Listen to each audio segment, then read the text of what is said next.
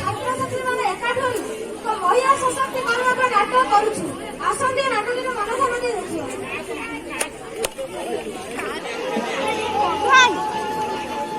हे भगवान मत गोटे पुओटे दियो। हे भगवान हे प्रभु मत गोटे पुओटे दियो।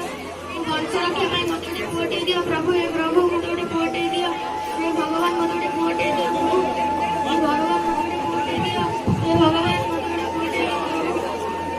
एक्सक्यूज मी, आपनकर झियो है कौन झियो? हे भगवान तुम मारी दियो। ठाकुर को एते डाकी देली पुओटे पाई हेले झियोटी होला। डॉक्टर तुम मारी दियो। काहेकि आपण कोन आज 2022 मसिया हेले आपनकर एई बड़ी चिंताधारा एटा एक अपराध। मु जा कहूची आपण से करन से झियोटा को मारी दियंतु।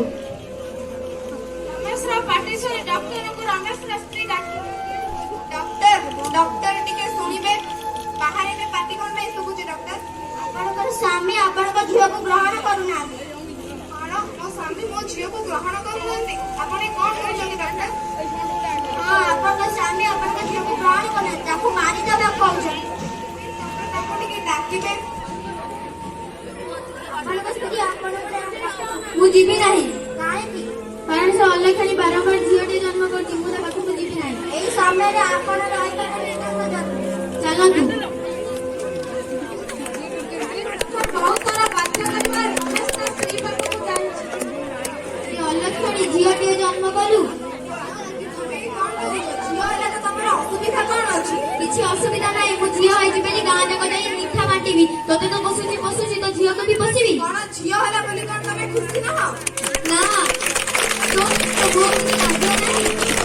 मसले में जा कि झियोटा को अनडा करे छाड़ दे नहले ना मारी दे। तमे कौन कहउछ? तमे जहा कहबो मु कर देबी किंतु मु झियो को मुखा को देई परबी ना। यदि न दे पारियो तुम घर को झियो तो झियो को नहीं पळा। हां मु चाली थी प्रथम थर पिला पेटर थिबा अवस्था रे झियो अछि बोली जानि ताको पेटर मारी देला। एबे झियो जन्म होई सारे पर भी ताको मारी देबा चाहू जा। मो झियो तमर कौन मोरी रख तू बेसी गाँव में नहीं। तुम घर तो झियो को नहीं पळा। हां मु चाली थी मो झियो को पस्ती ताको बड़ मनीष करबी। तुमको आवे सारा दुनिया को देखाई देबी जे खाली झियो पुओ माने नो झियो माने भी पाठ पढी बड़ मनीष होई पारिबे। ए जा जा जेते झियो पाठ पढले भी तू माने पछरे तू तो झियो को नहीं मो घर बाहर जा। मो झियो को नहीं मु तम घर बाहर 25 वर्ष परे विद्यालय झियो शिखा एक गवर्नमेंट मेडिकल रे डॉक्टर भाबे कार्य करूची। से तार बापा को जन्मरु केबे भी देखि नै। हठात रमेश रा देह खराब होबारु से तार झियो थिया मेडिकल रे ट्रीटमेंट हेबा को आसीची।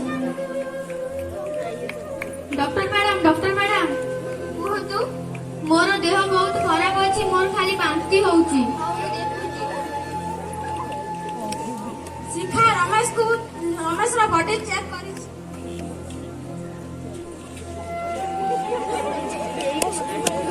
आपनको भीषण ज्वर होइची।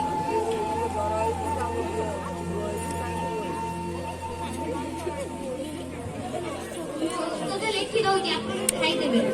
Okay madam. शिखा ता ब्रश छाड़ी देई जाईची। नर्स ताको पछरो डाकु।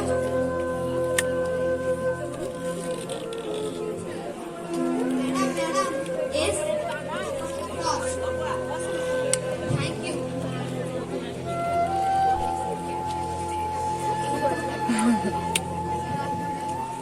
हां गोटे मिनिट मु 2 दिन पे छुट्टी रे अछि। मते जे खोजिबे आपण घर एड्रेस देई देबे।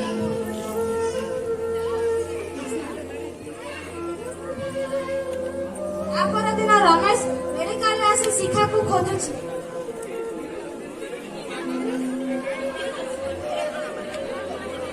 नर्स मैडम आज शिखा मैडम आसी नाली की? ओके नतु थैंक यू मैडम।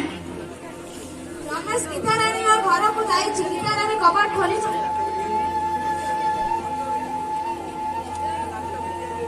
तमे एठी एटा मो घर। एटा तो शिक्षा मैडम को घर बोधे हुए नर्स मते भूल एड्रेस दे दे। नर्स दीदी तुमको पूरा ठीक एड्रेस देई छथि। एटा नहीं शिक्षा मैडम को घर। शिक्षा मैडम कहंती? शिक्षा मैडम घरे अछथि। शिक्षा मैडम तुमने कौन हेबे? शिक्षा मो झियो।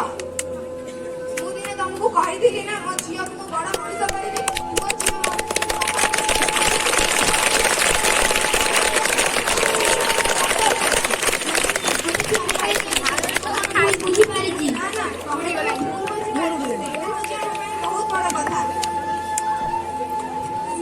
ପାଟି ଶୁଣି ଆସିଛି।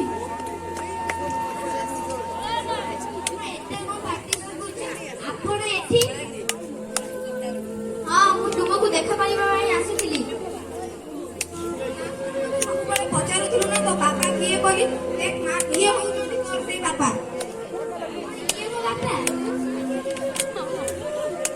ହଁ ମା, ମୁଁ ତୋର ସେ ହତ ବାପା ଯିଏ ତୋତେ ଜନ୍ମ ହେବାକୁ ଡାକି ପାରିବନି କି ବସିଲା। ଭୁଲ ବୁଝିପାରିଛି ମା, ମତେ କ୍ଷମା କରିଦେ। ଏସବୁ କଥା ଭୁଲି ଯାଅ। ଏବେ ତମେ ତମର ଭୁଲ ବୁଝିପାରିଛ, ଏଇଟା ହିଁ ଆମ ପାଇଁ ବଡ଼ କଥା। ଏବେ ଆମେ ମିଳିମିଶି ଶିଖା, ରମେଶ ଓ ତାର ସ୍ତ୍ରୀ ଗୀତାଞ୍ଜଳି ଏକାଠି ଖୁସିରେ ରହିଲେ।